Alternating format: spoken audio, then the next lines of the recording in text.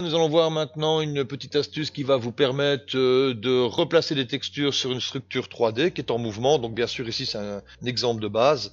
Donc on va faire ça avec 3D Studio Max et on va remapper avec Nuke. Donc on va faire une simple boîte. Alors cette boîte elle a besoin de coordonnées de texture, sinon forcément ça marche moins bien.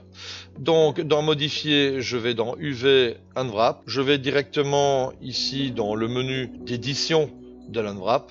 Je fais CTRL A pour prendre toutes les faces constituant ce cube. Je vais dans Mapping, Normal Mapping et je choisis le mode d'édition Box Mapping. Je valide avec OK. Maintenant, pour pouvoir comprendre les faces qui font le tour de mon cube, je vais tout simplement basculer ici en mode segment, prendre ce segment et demander que la face adjacente se soude automatiquement. Avec cette icône, il est possible comme ça de souder automatiquement, je recommence l'opération, la face commune au segment sélectionné. On remarque maintenant que toutes les faces qui sont ici n'ont plus de ligne verte qui symbolise tout simplement les bords du mapping et du développement. Et je vais réaligner tous mes éléments automatiquement dans le carré de rendu. Donc je vais utiliser ici dans Arrange Element l'alignement de tous mes éléments. Je bascule en mode face, je prends cette face, c'est la face du dessous et celle-ci c'est la face du dessus. Une fois que l'unwrap est fait correctement et que toutes les découpes sont bien positionnées, n'oubliez pas d'aller dans Tools, de faire Render UV, c'est-à-dire pour avoir ceci en termes d'image, on clique sur Render UV Template et on sauve dans un dossier.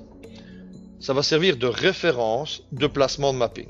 On choisit une extension TGA, 24 bits suffit, je n'ai pas besoin de channel alpha.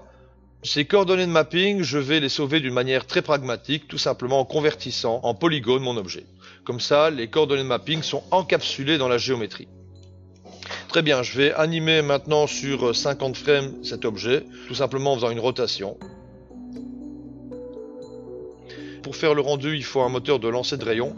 On va prendre par exemple Mental Ray dans ce cas-ci. Je vais choisir range de 0 à 50 pour avoir ma séquence animée. Je vais faire un rendu output en OpenEXR et je choisis le nom d'un fichier. Je vais faire par exemple remap. Lorsque vous êtes dans OpenEXR, ici dans GBuffer, vous choisissez UV Coordinate. Vous validez avec OK. Comme ça, les UV Coordinates seront compilés dans le fichier OpenEXR. Vous validez avec OK. Alors dans Nuke, tout simplement, il faudra déposer les fichiers que vous avez besoin, c'est-à-dire la référence d'UVW, le fichier ou en tout cas toute la série d'OpenEXR et les fichiers que vous désirez remapper.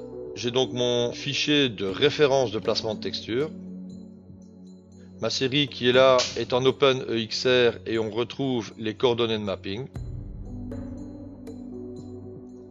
Je vais maintenant placer les images sur cette référence du VW. Pour ce faire, je vais utiliser un merge, un transform, et je vais placer sur chaque carré cette texture.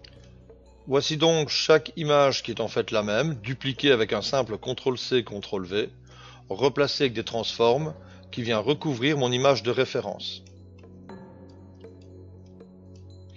Mon image de référence maintenant ne me sert plus à grand chose, donc je vais tout simplement supprimer ces informations via un grade en appuyant sur G.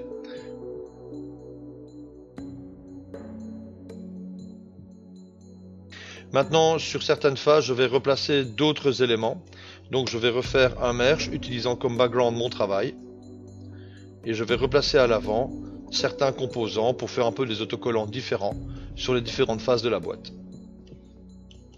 Voici le placement maintenant des textures et d'autres éléments ont été mis au-dessus de la première composition.